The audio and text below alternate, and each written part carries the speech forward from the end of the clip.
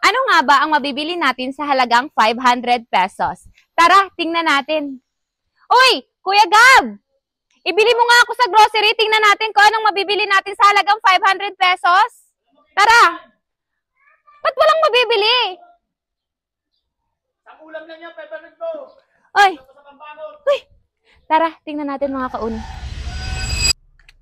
Oh, kuya, 500 pesos. Ikaw na ang magbili niyan dyan, ha?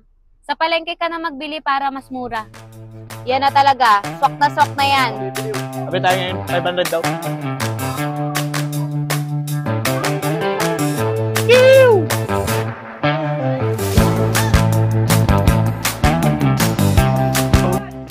Mabili nga ng nung spaghetti nyo, yung isang set.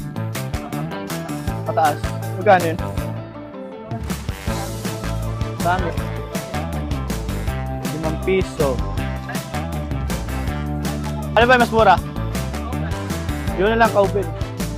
No, 2 piraso lang. Bawang, magkano bawang? Magkano lahat? 346. 346.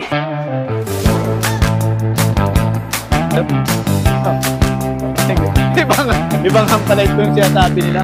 Sige po, 155 po lahat. Ma'am, tawad na po yung piso. Okay lang. Oh, sakto.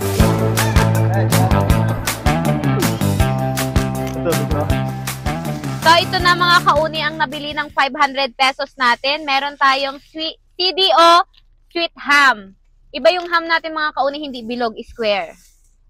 And at least, meron tayong 1, 2, 3, 4, 5, 6, 7 na tender juicy hotdog. Ayan. And meron din tayong macaroni. Meron tayong fruit cocktail. Meron din tayong kondensada. Uy, ano to?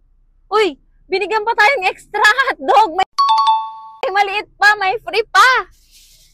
And meron tayong San Mac. Ito na yung pinakamurang spaghetti mga kauni. And ito ang panggisa natin. Yung spaghetti natin, wala na tayong hotdog na lang lalagay natin. Wala tayong giniling doon. Meron tayong bawang, 2 sibuyas, saka paminta. Ayan, yan na yung inabot ng 500 pesos natin. 501 pesos to. And kulang pa siya ng mayonnaise para sa macaroni salad natin. So ngayon mga kauni, maglilibot tayo dito. And ibibigay natin itong pinamili natin. And tatanungin natin sila kung sapat ba yung 500 pesos para sa pang Noche Buena. So tara, samahin nyo kami.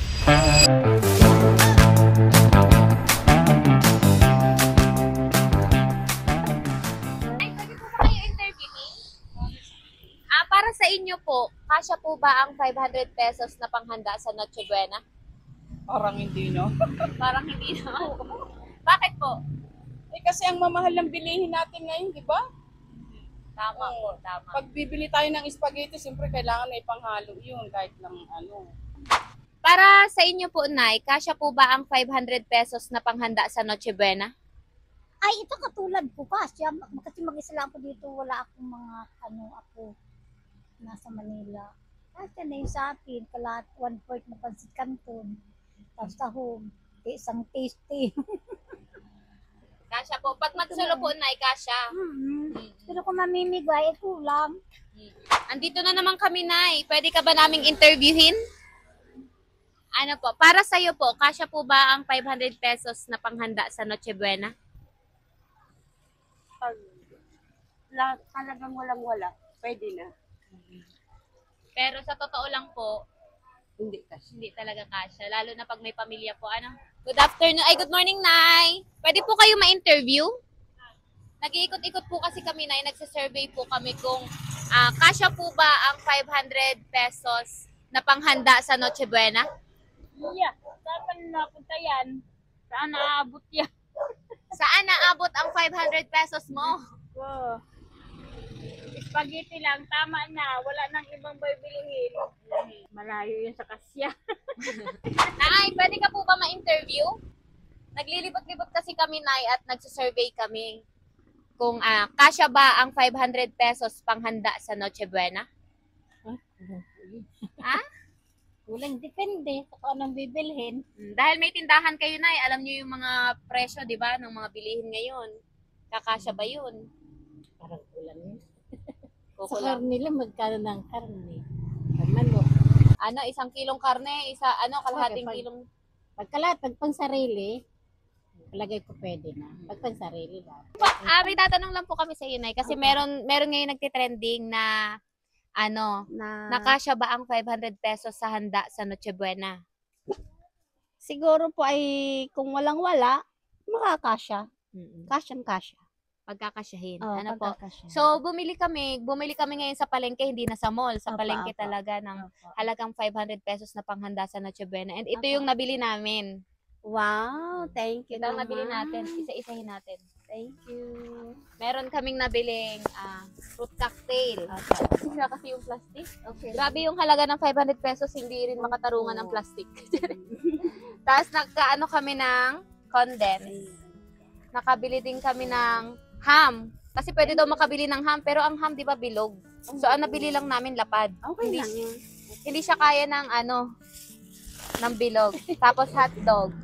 Tapos meron din tayong Kaya yung classic ko. macaroni. Yung macaroni salad natin walang nestle cream kasi hindi na talaga siya kaya.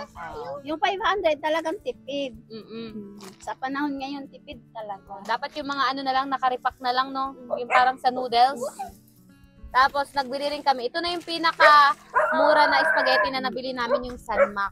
So, ito lang ang inabot ng 500 pesos. Sa tingin nyo po, magkakasya ba? Kasya na ba sa panghanda natin sa Noche Buena? Ay kung walang-wala, kasya. Pero kung talagang pagtutuusan ng handa, ay kulang ang 500. Maraming salamat. Ito po, pang ano nyo na to, pang-add. Additional sa handa ninyo. Pandagdag. Oo, Opo. pantagdag. Kung sakaling may matagdag pa. Karne ngayon, ang mahal na din. Mm. 380 na yata per kilo. Hello, te. Thank you. Maraming salamat. Shout out po sa kanya. I-follow. Let's Thank go. you let's po. go. So, ayun na mga kauni, nabigay na natin yung pinamili natin na worth 500 pesos na panghanda sa Noche Buena. And halos lahat talaga, ang sigaw ng taong bayan na hindi kasya ang 500 pesos. So, magkakasya lang siya kung isang tao ka lang. Pero, di ba, ang Noche Buena is once a year lang siya nangyayari. So, kailangang maghanda sila ng marami, ng kahit 3 putahe. Pero, isang putahe lang talaga ang kakayanin nun. 500 pesos. So, nakakalungkot lang. Dahil 500 pesos lang ang meron tayo. So, meron din tayong nabigyan mga kauni ng dahil pansit canton lang daw yung kayang ihanda sa worth 500 pesos. Kaya binigyan din natin siya ng another 500 pesos para mas marami siyang mabiling pansit canton panghanda sa Noche Buena. So, yun lang mga kauni. Bye-bye!